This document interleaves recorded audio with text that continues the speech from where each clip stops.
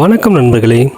இன்னைக்கு நம்ம வரலாற்றோடு தொடர்புடைய ஒரு கோயில் பயணத்தை தான் போய் பார்க்க போகிறோம். இந்த வரலாறுங்கிறது ராஜராஜ சோழனுக்கு அப்புறம் வந்த அவரோட வம்சாவளியை சேர்ந்த 3ஆம் ராஜராஜ சோழனை கைது பண்ணி வச்சிருந்த ஒரு பல்லவ மன்னனோட தலைநகரத்து கோட்டையை தான் நம்ம போய் பார்க்க போகிறோம். இந்த இடம் எங்கே இருக்குன்னா, இப்போ இருக்கக்கூடிய கள்ளக்குறிச்சி மாவட்டம் உளுந்தூர்பேட்டையில் அமைந்திருக்கக்கூடிய சேந்தமங்கலம் தான் அந்த ஊர். இங்கே இருக்கக்கூடிய வானிலை கண்டேஸ்வரம் அப்படிங்கிற ஒரு பிரம்மாண்டமான சிவன் கோயிலை கட்டி அந்த சிவன் கோயிலையே தன்னுடைய கோட்டையாகவும் மாற்றி இங்கே இருக்கக்கூடிய சேந்தமங்கலத்தை தலைநகராக கொண்டு பிற்காலத்தில் வந்த பல்லவர்களோட வாரிசான காடவராயன் கோப்பெரும் சிங்கனான் அப்படிங்கிறவர் கட்டின கோயிலையும் அதோட வரலாற்றையும் தான் நம்ம பார்க்க போகிறோம்.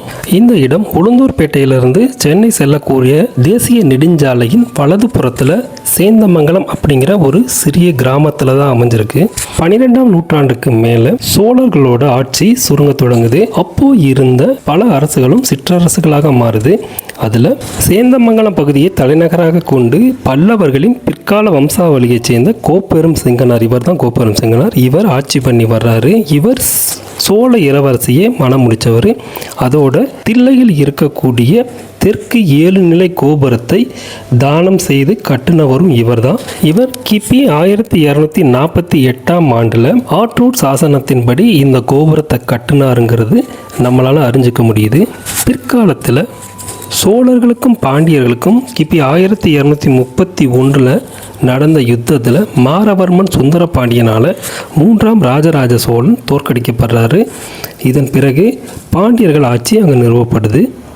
தோல்வியுற்ற 3ஆம் ராஜராஜ சோழன் போசால மன்னனோட ஆதரவை கேட்டு நாடி செல்றாரு.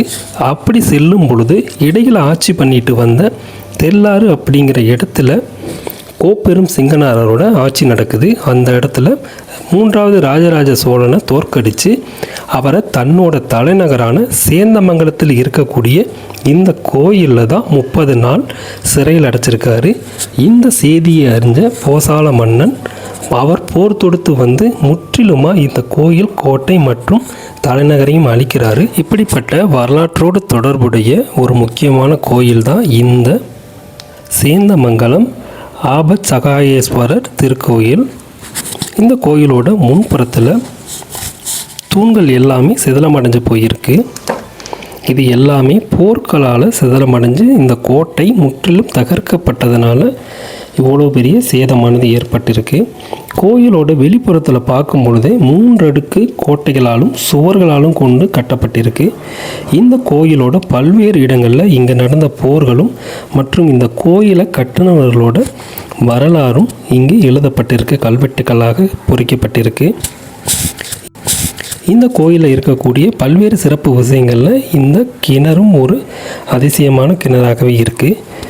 அற்புதமானது ஒரு கல் வேலைப்பாடுகளோடு இந்த கிணறானது அமைக்கப்பட்டிருக்கு. பிற்கால கட்டடக்கலை மற்றும் கல் வேலைப்பாடுகளில் சிறந்து விளங்கின பல்லவர்களோட ஒரு எடுத்துக்காட்டாகவே இந்த கோயில் இருக்குது. கோயிலோட முன்புறத்தில் நந்தி மண்டபம் அமைஞ்சிருக்கு. பல கல் வேலைப்பாடுகளை கொண்ட 4 கால் மண்டபத்தின் கீழே நந்தீஸ்வரர் இங்கே காட்சி தராரு. இங்கே இருக்கக்கூடிய நந்தீஸ்வரர் சிற்பமானது ஒரு அற்புதமான கல் வேலைப்பாடுக்கு எடுத்துக்காட்டாக இருக்குது. சிவனை பார்த்தபடி நந்தீஸ்வரர் இங்கே காட்சி தர்றாரு. பிரதோஷ் அன்னைக்கு இந்த நந்தீஸ்வரருக்கு சிறப்பான பூஜைகளும் நடைபெறுது. இங்கே இருக்கக்கூடிய மூலவர் ஆபத் சகாயேஸ்வரர் அப்படின்னு அழைக்கப்படுறாரு. அவரோட அற்புதமான காட்சியை நம்ம இப்போ பார்க்குறோம்.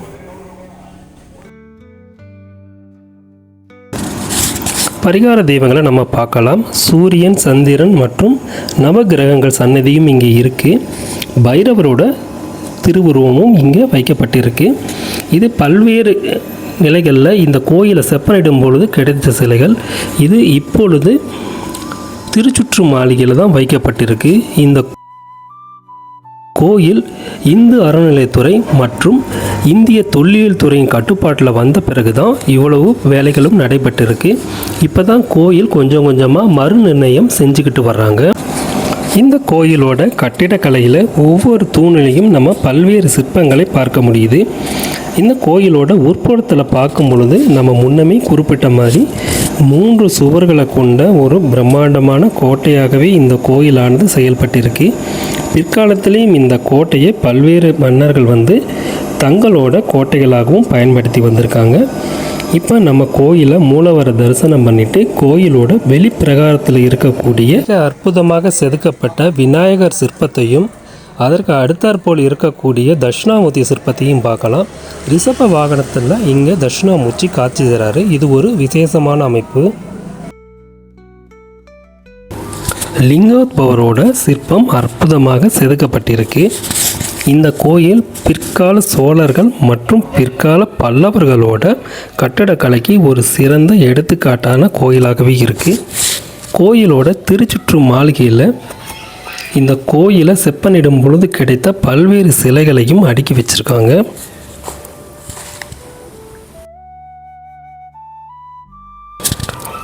கோயிலோட ஒரு புறத்தில் சண்டிகேஸ்வரரோட சன்னதி இருக்குது. இது கல்வெட்டுக்களாலேயே சண்டிகேஸ்வரரோட பேரானது செதுக்கப்பட்டிருக்கு. இப்போ நம்ம திருச்சுற்று மாளிகையை பார்க்கலாம். திருச்சுற்று மாளிகையின் ஒரு மூலையில் கஜலட்சுமியோட சிற்பமானது செதுக்கப்பட்டிருக்கு. கஜலட்சுமி அம்மனை நம்ம தரிசனம் பண்ணிட்டு இந்த திருச்சுற்று மாளிகை கோயிலை வலம் வருவதற்காக அமைக்கப்பட்ட ஒரு அமைப்பு தான்.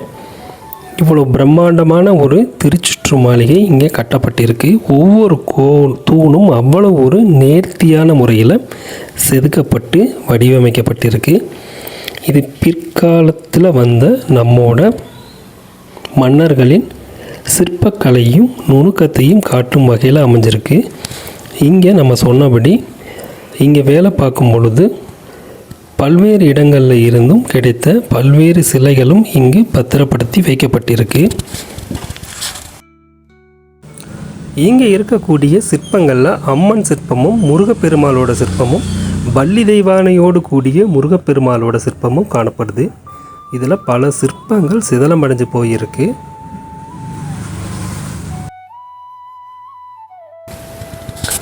பல்வேறு சிவலிங்கங்களோட ஸ்தூல அமைப்பும் நந்தி தேவரோட சிற்பமும் கல் திட்டையும், அதாவது பல்வேறு விஷயங்களுக்காக பயன்படுத்தப்படும் அற்புதமான ஒரு கல் திட்டையும் இங்கே அற்புதமாக செதுக்கப்பட்டு வைக்கப்பட்டிருக்கு.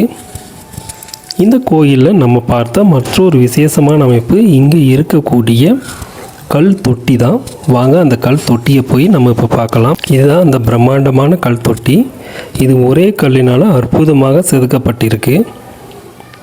இவ்வளவு அற்புதமாக ஒரு கல்லினாலேயே ஒரு நீர் சேகரிக்கும் தொட்டியும் நீர் வெளியேறும் வழியோட அற்புதமாக செதுக்கியிருக்காங்க.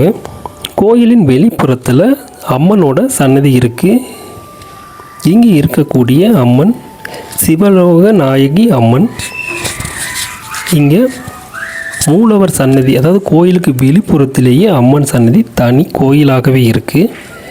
நம்ம போய் அம்மனை தரிசனம் பண்ணிவிட்டு இங்கே இருக்கக்கூடிய சில அற்புதமான சிற்ப வேலைப்பாடுகளை பார்க்கலாம். இங்கே இருக்கக்கூடிய கல் தூண்களில் சிற்பங்கள் அவ்வளவு நுணுக்கமாக செதுக்கப்பட்டிருக்கு. அதில் 1-2 நம்ம இப்போ பார்க்கலாம். இது விரல் அளவே உள்ள விநாயகரோட அற்புதமானதொரு சிற்பம். இது போன்று பல்வேறு விதமான அற்புதமான சிற்பங்களும் வரலாற்றையும் கொண்ட இந்த கோயிலை நம்ம தரிசனம் பண்ணிவிட்டு கோயிலோட வெளிப்புறத்தில் இருக்கக்கூடிய ஏரிக்கரைக்கு அருகில் இருக்கக்கூடிய மற்றொரு அதிசயமான ஒரு சிற்பத்தை போய் பார்க்க போகிறோம். இது நம்மோட சிற்பக்கலைக்கு ஒரு எடுத்துக்காட்டாக இருக்கக்கூடிய சிற்பம். இது இசைக்குதிரை அப்படின்னு சொல்கிறாங்க. ஒவ்வொரு பக்கமும் தட்டும் பொழுதும் ஒவ்வொரு விதமான இசையை ஏற்படுத்தக்கூடிய ஒரு அற்புதமான இசைக்குதிரை சிற்பமும் இங்கே ஏரிக்கரையில் நம்ம கோயிலுக்கு பக்கத்திலேயே இருக்குது. போனால் கண்டிப்பாக பாருங்கள். இப்படிப்பட்ட ஒரு அற்புதமான இடத்தை வரலாற்றோடு உங்களுக்கு காமிச்சதில் எனக்கு மிகவும் மகிழ்ச்சி. இன்னும் இது போன்ற நல்ல நல்ல வீடியோக்கள் வருவதற்கு தொடர்ந்து உங்கள் ஆதரவை தாருங்கள். மீண்டும் ஒரு அற்புதமானதொரு வீடியோவில் சந்திப்போம். அதுவரை உங்களிடமிருந்து விடைபெறுவது உங்கள் RR. நன்றி நண்பர்களே.